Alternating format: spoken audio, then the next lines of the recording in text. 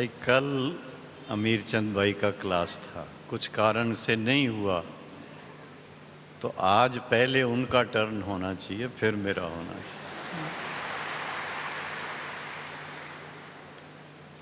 आपकी जो आज्ञा है वो सिर माथे। ओम शांति।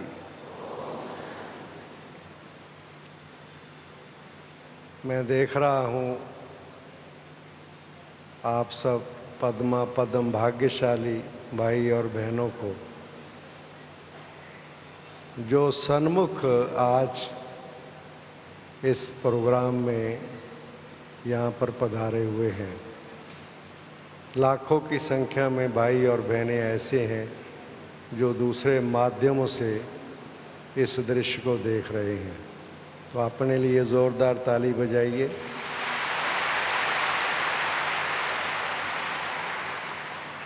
पिछले 2 दिनों से मैं समझता हूं कि हमारे वरिष्ठ भाई और बहनों ने अपने बहुत से नज़दीक के अनुभव दादी जी के साथ जो उनके गुजारे वो उन्होंने आपसे शेयर किया है। और अभी अभी हमारे वरिष्ठ आदरणीय भ्राता बृजमोहन जी भी बहुत मार्मिक घटनाएं, दिल को छूने वाली घटनाएं आपके सामने शेयर कर रहे थे। दादी जी के साथ सेवा करने का, उनके अंग संग रहने का, उनके मार्गदर्शन में कार्य करने का, जब से दादी जी इस विद्यालय की मुख्य प्रशासिका बने 18 जनवरी 69 को, तब से लेकर के बहुत नज़दीक से दादी जी के साथ बहुत से विषयों पर बहुत से शेयरिंग होती रही। मैंने ये देखा, एक घटना सुनाता हूँ, फिर तो निर्वैर भाई जी का विशेष क्लास है वो आप सुनेंगे कि दादी जी को मैंने बहुत समय पहले की ये बात है, 1972 की, पांडव भवन दिल्ली की बात है। दादी जी वहाँ पर एक बहुत बड़ा जब हम मेला करना था रामलीला मैदान में, उस संबंध में दादी जी वहाँ पर आए हुए थे और जोन से कुछ थोड़े से भाई बहनों को और कुछ वरिष्ठ भाई बहनों को पांडव भवन में प्लानिंग के लिए बुलाया था। छोटी मीटिंग थी, मैं समझता हूँ 15-20 से ज़्यादा नहीं होंगे। ये घटना उस समय की है। हम लोग आपस में, हमारे आदरणीय भ्राता जगदीश जी, निर्वैर भाई जी सब बैठे हुए थे और प्लानिंग की बातें चल रही थी, विचारों का लेन देन हो रहा था।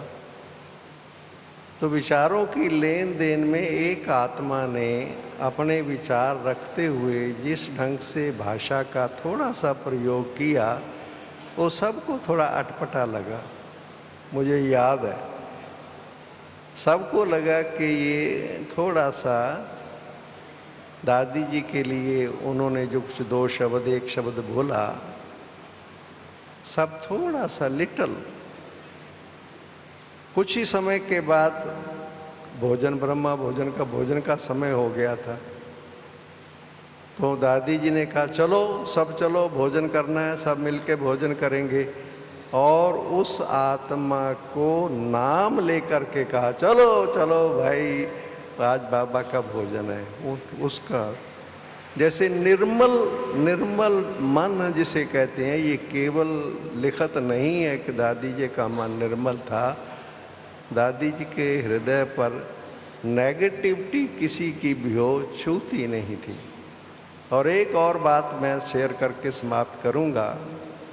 बहुत बड़ी बात, यज्ञ में हमारे एक बात हो गई पांडव भवन में, हमें बुलाया गया, पंजाब जोन से संबंधित थी बात। हम लोग थोड़ा हलचल में थे, मगर मैंने देखा उस मीटिंग में 5 साथी हम थे। जिस ढंग से दादी जी ने बात की, मैं आपको वो अनुभव बता नहीं, शब्दों से शेयर नहीं कर सकता। जो हम हलचल में थे और हमें ऐसे लग रहा था कि ये अब क्या दादी जी डिसीजन लेंगे, दादी जी इतना कूल हार्टेड और इतना रहम और दया भाव। जैसे मैं कल पढ़ रहा था तो बड़ी बात मुझे अच्छी लगी कि किसी की आंख में कोई प्रॉब्लम होती है तो उस प्रॉब्लम को दूर करते हैं, आंख को दूर नहीं करते हैं, प्रॉब्लम को दूर करते हैं। दादी जी भी कई भाई बहनों के जो उनके स्वभाव संस्कार थे उनके साथ संबंध में आते हुए उनका सदा यही भाव और भावना रहती थी कि ये उनके अंदर जो छोटी मोटी कमी है वो निकल जानी चाहिए, बाकी ये आत्मा, ये भाई और बहन हमारे यज्ञ का फेथफुल वफादार है, ये भावना रहती थी। धन्यवाद। ओम शांति। थैंक यू, बहुत अच्छा।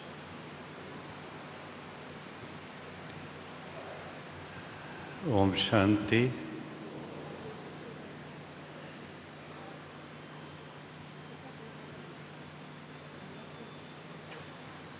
दादी जी के स्मृति दिवस पर ईश्वरी परिवार के भाई बहने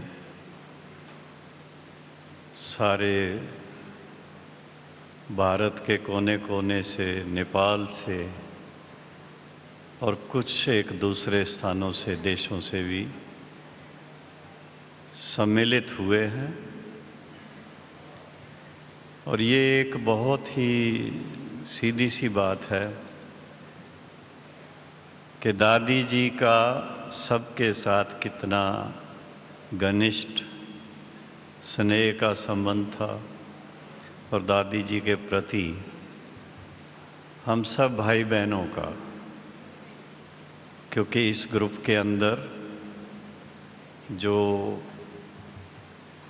लगभग 12,000 के करीब युगल और माताएं आई हुई हैं, मोस्टली सभी दादी जी के समय से हैं। हाँ, जरा हाथ खड़ा करें जो दादी जी के साथ रहे हुए हैं। 99% सब हैं उसमें। तो दादी जी का व्यक्तित्व ही ऐसा था, सभी जानते हैं कि दादी जी से पहली बार ही कोई मिलते थे तो पहली बार में ही दादी जी हर एक का दिल जीत लेती थी।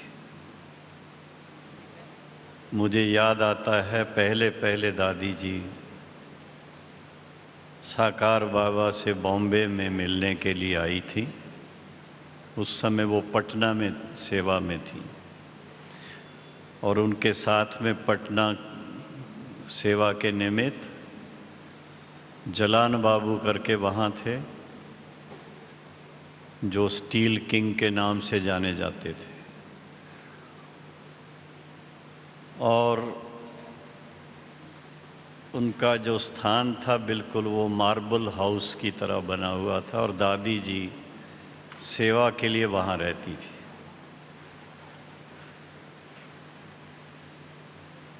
दीपावली का टाइम था, बाबा ने दिल्ली से दीदी मनमोहिनी को भी बुलाया। दोनों दीदी और दादी और जलान बाबू तीनों थे। अक्टूबर 1959 की बात कर रहा हूँ मैं। बॉम्बे में बाबा उस समय कुछ 2-3 महीने के लिए आए हुए थे। उस समय एक प्रकार से मेरी शुरुआत थी ज्ञान की बातें अच्छी तरह समझने की, ईश्वरी सेवा के कई गुण, कई बातें जानने की। लेकिन उस दिन से, जिस दिन दादी जी और दीदी जी वहाँ थे और जलान बाबू का बर्थडे था, ये दीपावली के दिन की बात है। तो बाबा ने उन आत्माओं को, तीनों को विशेष अनुभव कराने के लिए, हाँ, बाबा को कहते ही हैं दिव्य दृष्टिदाता, दिव्य चक्षु विदाता। तो तीनों को जैसे बाबा ने वतन में भेज दिया, और वतन में जाने के बाद क्या होता है, फिर तो वतन की रास।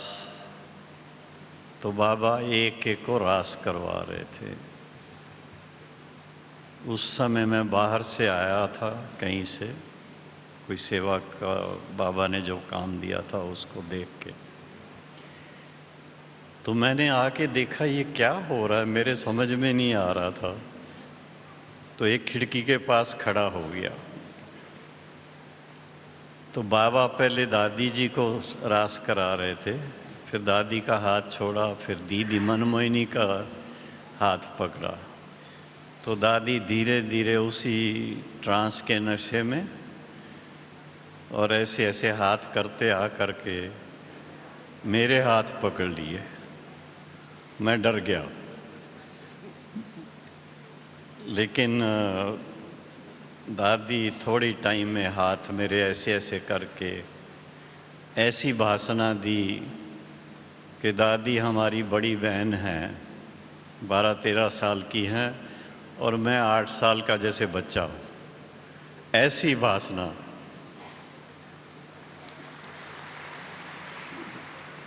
तब से लेकर के दादी जी के साथ वही संबंध चलता रहा।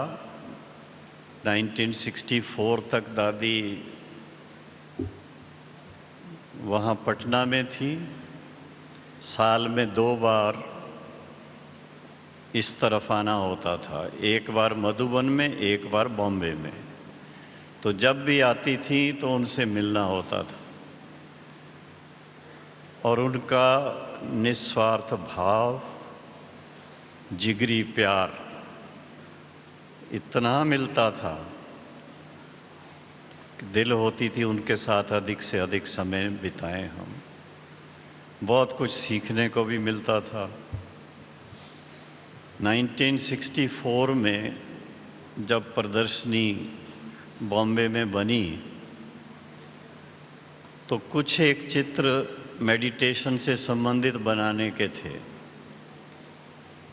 रमेश भाई ने बाबा को लिखा कि ये चित्रों के लिए जगदीश भाई और दादी जी को यहाँ भेज दें तो बहुत अच्छा हो। तो बाबा ने दादी जी को और जगदीश भाई को दिल्ली से और पटना से बॉम्बे में भेजा, और तब से लेके दादी जी का वहाँ पर रहना हुआ, अक्टूबर 1964 से लेकर के। उस समय कोलाबा का सेंटर था, फिर बाद में गामदेवी का सेंटर भी बन गया। रमेश भाई जी का परिवार निमित्त बना था उसके लिए। तो दादी जी फिर गामदेवी सेंटर पे रहती थी। थोड़ा टाइम पुष्प शांता दादी भी उनके साथ रही थी, फिर वो कोलाबा में चली गई। तो मेरा उस समय दादी जी के साथ साथ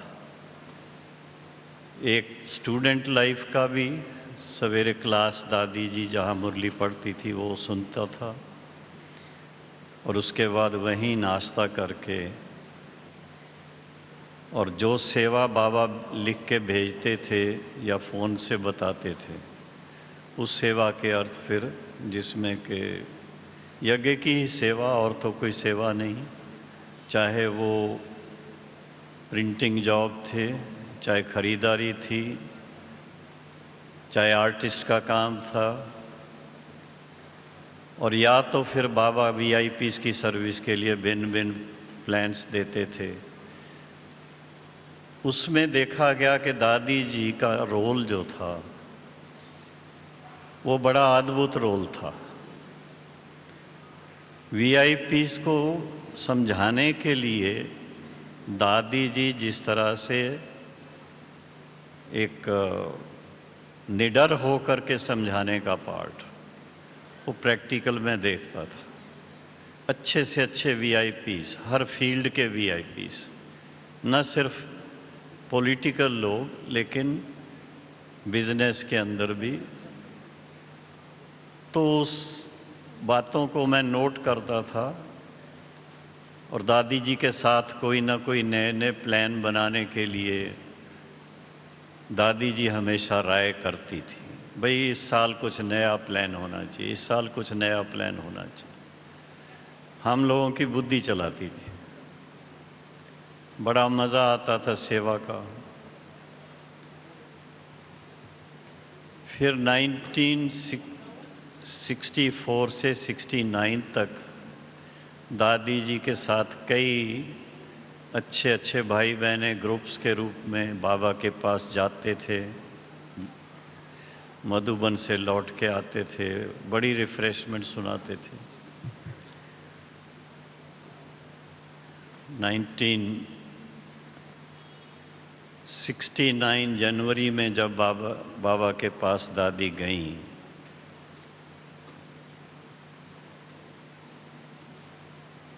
एक ग्रुप सिंधी भाई बहनों का था, शायद आप जानते हैं, गोविंद भाई लंदन वाले और उनके पिताजी, माताजी, उनके दूसरे भाई, उनकी युगलें, सब लोगों को लेकर के गई थी। और दादी जी ने उन सब को बाबा से मिलवाया, रिफ्रेश किया, और वो दिल्ली की तरफ गए और बाबा ने दादी जी को अपने पास रोक लिया कि बच्ची आप यहीं रहो, क्योंकि दीदी उस समय टूर पर थी, बनारस के तरफ गई हुई थी।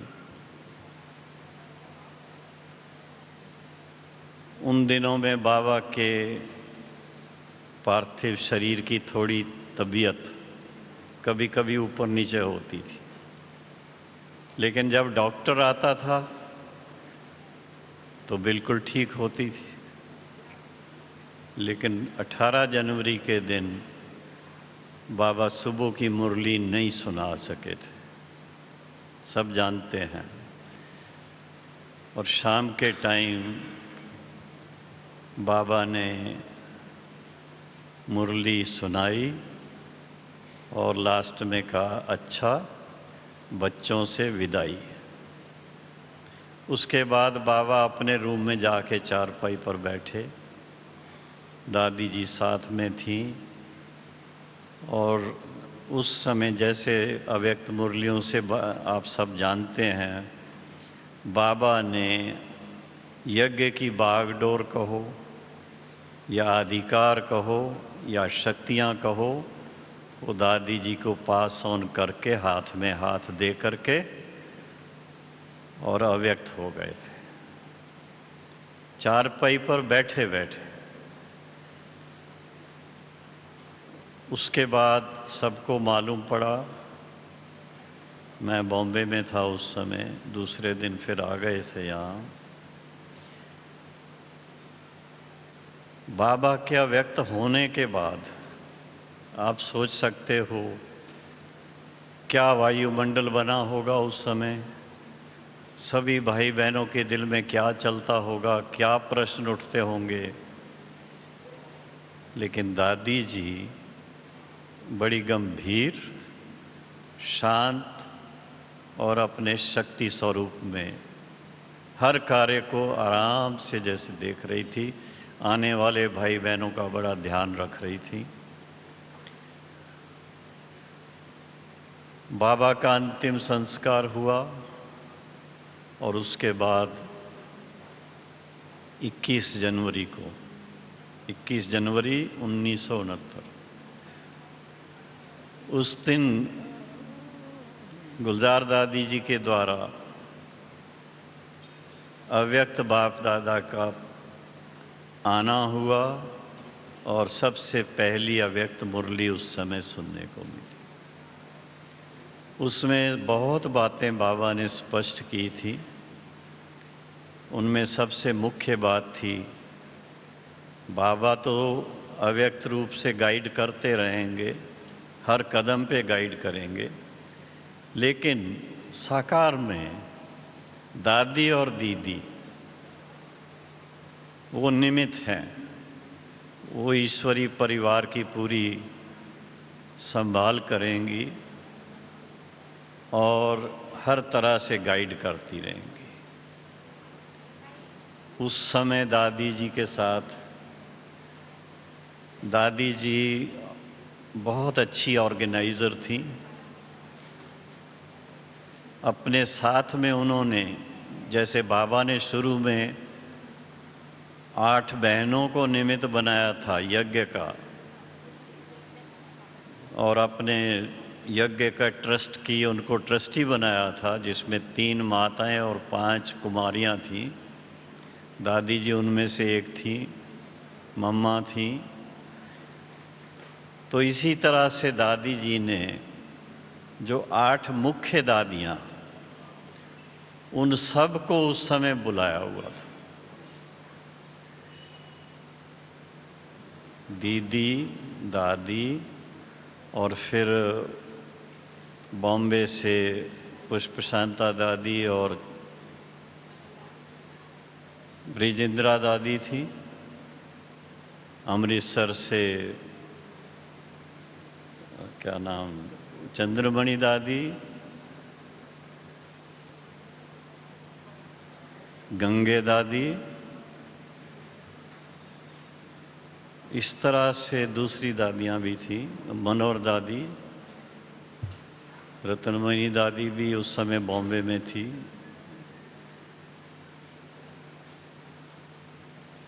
आठों के आठों दादियां यहाँ इकट्ठी हुई और उन्होंने ये फैसला किया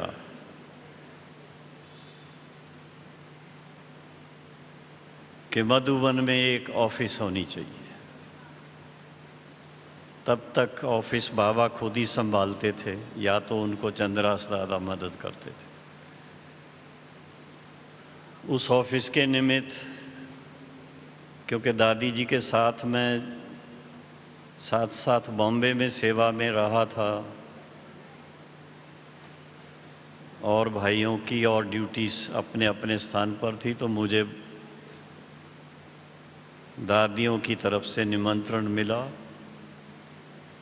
मैं विश्वास नहीं करता था, क्योंकि मैं जब भी बाबा से कहा कि मैं आपके पास आकर के सेवा करूं, तो बाबा पहले कहते थे विचार करेंगे, फिर कहेंगे यहाँ क्या करोगे, यहाँ भीड़ लोग रहते हैं, तुम्हारी भाषा भी नहीं समझेंगे। तो मैं चुप कर जाता था।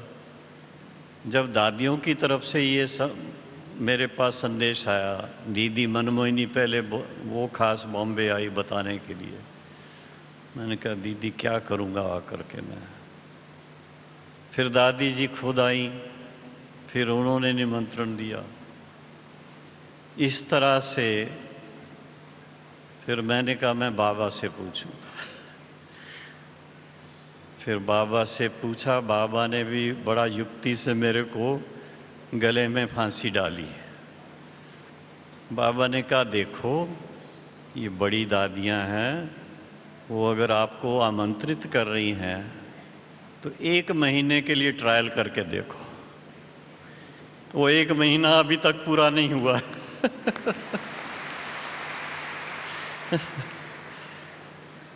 लेकिन इतना जरूर कहूंगा कि 10 साल में जो बाबा ने भिन्न भिन्न प्रकार की सेवाएं सिखाई थीं और वो यज्ञ में सेवा में लगनी थी, तब तक तो बाबा जो कहते थे हम करते रहते थे। अपनी बुद्धि, नए नए विचार, वो बाबा कहे तो उसको चलाते थे, नहीं तो नहीं। लेकिन जब से फिर मधुबन में रहना शुरू किया तो दीदी और दादी, उनके साथ में सेवा का बहुत मौका मिला। उसमें भिन्न भिन्न प्रकार की सेवाएं थी, लेकिन मैं सोचता रहता था कि मेरा यहाँ पर पार्ट क्या है। और देखने में आया कि जो विशेषताएं बाबा ने भरी थी उन सब को यहाँ पर सेवा में लगाने का मौका मिला। सभी जानते हैं, एक तो सब भाई बहनें जब आते थे उनके रहने का ठीक से स्थान नहीं था।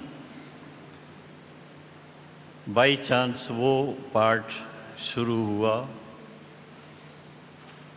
फिर इतने भाई बहन आए तो उनके बैठ करके क्लास करने के लिए बड़ा स्थान चाहिए, उनके भोजन के लिए बड़ा किचन चाहिए, डाइनिंग चाहिए।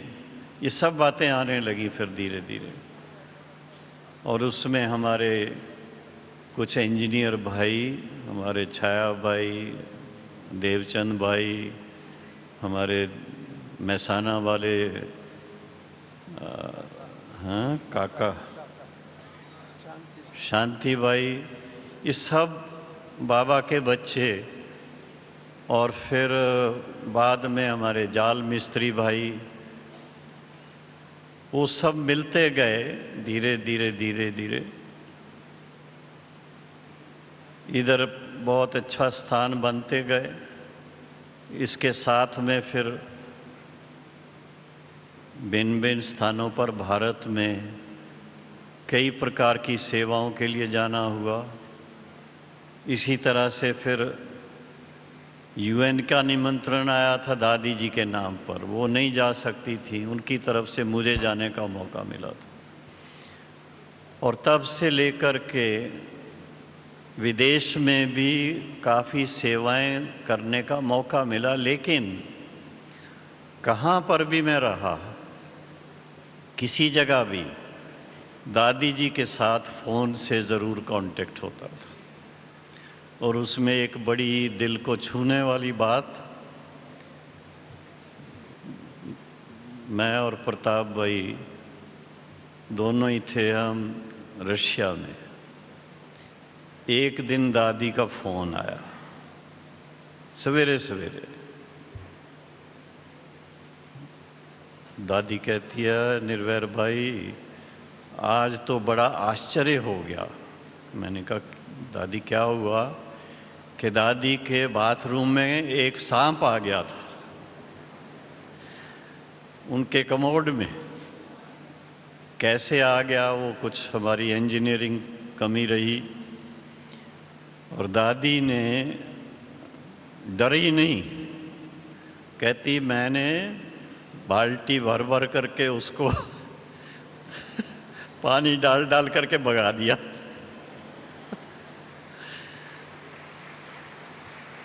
दादी ने तो सुनाया, लेकिन हमें बड़ा ख्याल हुआ। फिर वापस आए। उसके बाद फिर दादी जी की तबीयत थोड़ी ऊपर नीचे होने लगी थी, सब जानते हैं।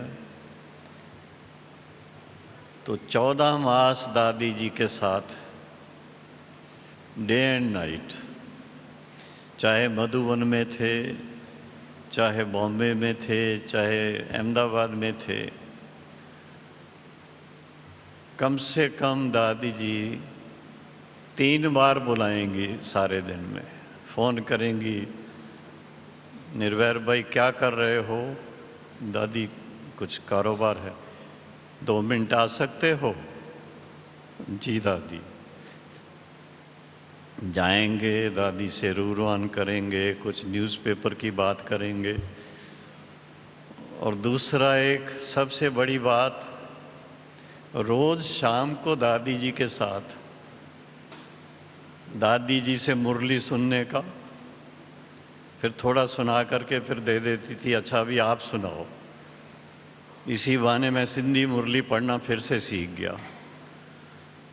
तो मुरली की क्लास होती थी, कुछ भाई बहनें आते थे, उसमें खास माताएं आती थीं, वो बाहर से दादी के कॉटेज से देखती थी। दादी को थोड़ा उस समय सेफ रखने के लिए कि कोई ऐसी बात ना हो जो बीमारी कुछ बढ़े। लेकिन दादी क्या कहती थी, अरे इन बूढ़ियों को अंदर बुलाओ ना, उनको अंदर बुलाओ। फिर वो अंदर आएंगी, उनको दादी सब को टोली या फल कुछ देंगी। तो कोई बच्चे होंगे तो बच्चों को बुला लेंगी। कहने का भाव है कि दादी जी का निस्वार्थ भाव का प्यार, दिल का प्यार, छोटे से छोटे बच्चों के साथ, बड़ों के साथ, बड़े बड़े वीआईपीज हर वर्ग के उनके साथ, संत महात्मा या तो जजेस या तो जो जितने भी और वीआईपी डॉक्टर्स, उनको दादी इस तरह से उनके प्रति भावना रखती थी, उनकी दिल जीत लेती थी। जहां भी वो रुकते थे उनके निवास स्थान पर जाने का, उनको देखना कि वो आराम से रहे हुए हैं, इस बातों से दादी के जो मैनर्स थे, वो मैनर्स बहुत रॉयल भी थे, लेकिन साथ साथ हर एक की दिल जीतने वाले थे। इसलिए आज देश विदेश के अंदर दादी जी को सभी बहुत दिल से याद करते हैं। और दादी जी ने अपने साथ बड़ी दादियों को हमेशा साथ लेकर के टीम वर्क का काम किया। जानकी दादी, गुलजार दादी, बाकी दादियां भी, रतनमोहिनी दादी, सभी को साथ रखा। और उन सब को साथ रखने का फल ये है कि दादी जी की तबीयत के कारण, हालांकि दादी जाना तो नहीं चाहती थी, मैं ये भी बता देता हूँ, पर ड्रामा में उनका पार्ट दूसरा था, जाना हुआ, लेकिन वो दूसरी दादियों को इतना अपने साथ नज़दीक लाई, जो उनके जाने के बाद भी बड़ी दादियों ने देखो इतना अच्छा ईश्वरीय परिवार को संभाल के रखा है, तो ये बहुत बड़ी बात है। ये भी एक प्रकार से मैं कहूँगा दादी जी की देन है।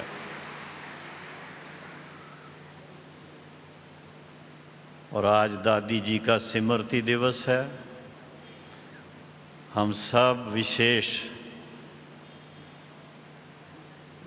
उस आत्मा को जो इस समय अपना भविष्य का पार्ट बजा रही हैं, बहुत श्रेष्ठ पार्ट बजा रही होंगी, लेकिन साथ साथ मैंने देखा है कि ईश्वरी परिवार के सभी भाई बहनों को अमृत वेले या स्वप्न में दादी आकर के गाइड करती रहती है, आज दिन तक करती रहती है। और आज अभी गुलजार दादी जी आकर के भोग स्वीकार कराएंगी, फिर जो सीन होगी वो तो आप हम सब देखेंगे। लेकिन आज के दिन विशेष हर ब्राह्मण के दिल में दादी के प्रति विशेष भावना बनती है।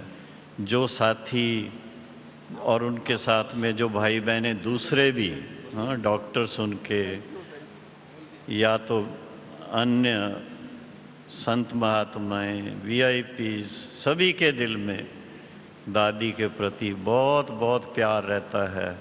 तो मैं यूं कहूँगा, दादी जी के प्रति हम सब की बहुत बहुत श्रद्धा भावना और उनके प्रति श्रद्धांजलि हम अर्पित करते हैं। और दादी जी की तरफ से सबको बहुत बहुत प्यार भरी याद भेज रहे हैं। ओम शांति, ओम शांति। ठीक है, ओके। और कुछ सुनना है?